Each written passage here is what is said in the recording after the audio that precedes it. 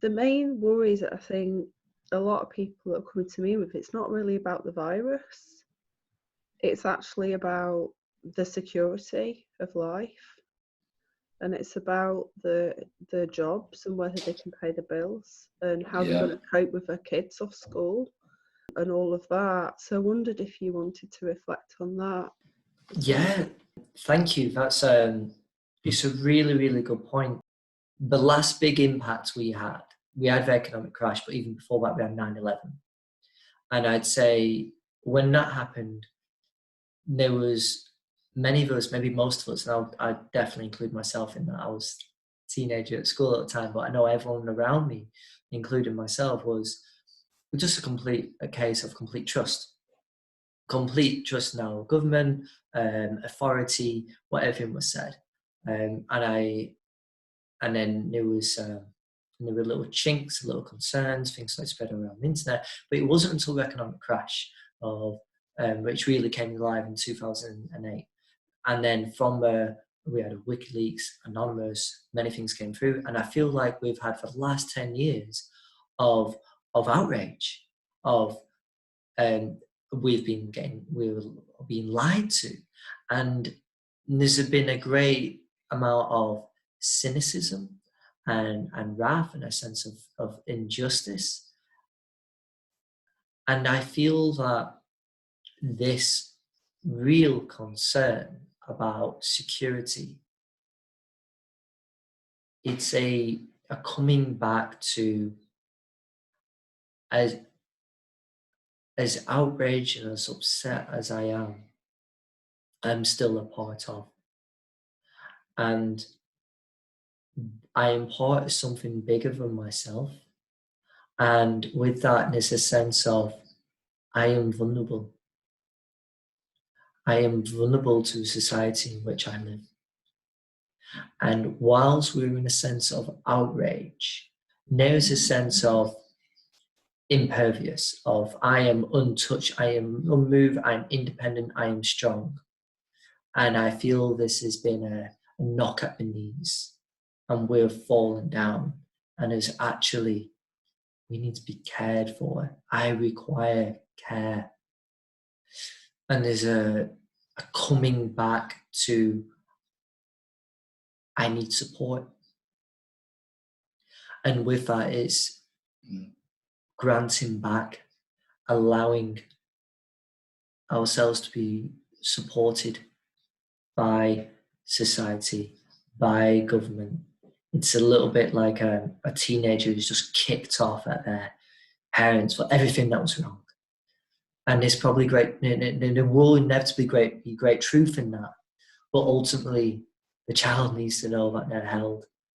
And whilst there is concerns and there is atrocities, there is great things happening, as you were saying, like the sex trafficking in Thailand. We could reel off a great list, and we can reel off the great the lies, the cover-ups, the way things are reported, the alarm that is set, sometimes unintentionally and sometimes intentionally.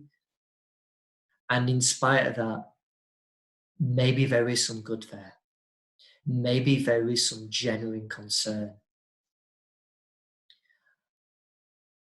And that is a great call back to home, which is connection, society.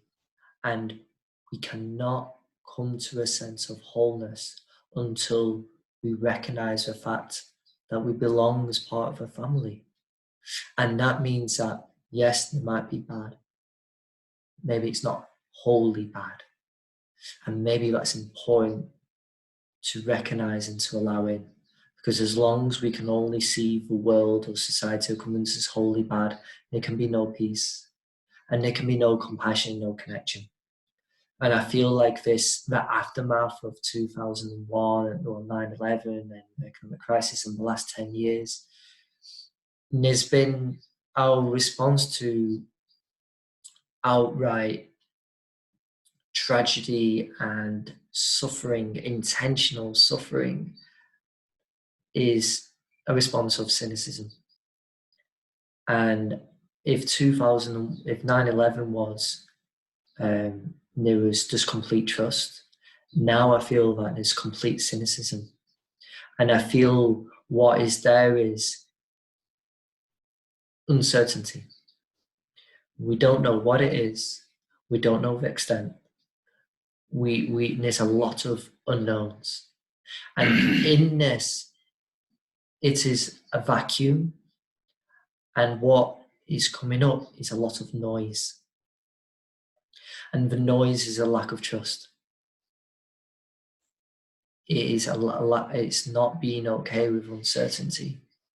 And I feel this allowing ourselves to be held, which is to accept a sense of there are those who do are interested in our well-being, in our care. That's the only way we can be okay with uncertainty. Some of us have known that as a kind of universe, a God, a higher power. It's all meant to be. And maybe another factor of that is governments, and maybe that's a factor that we've kicked out.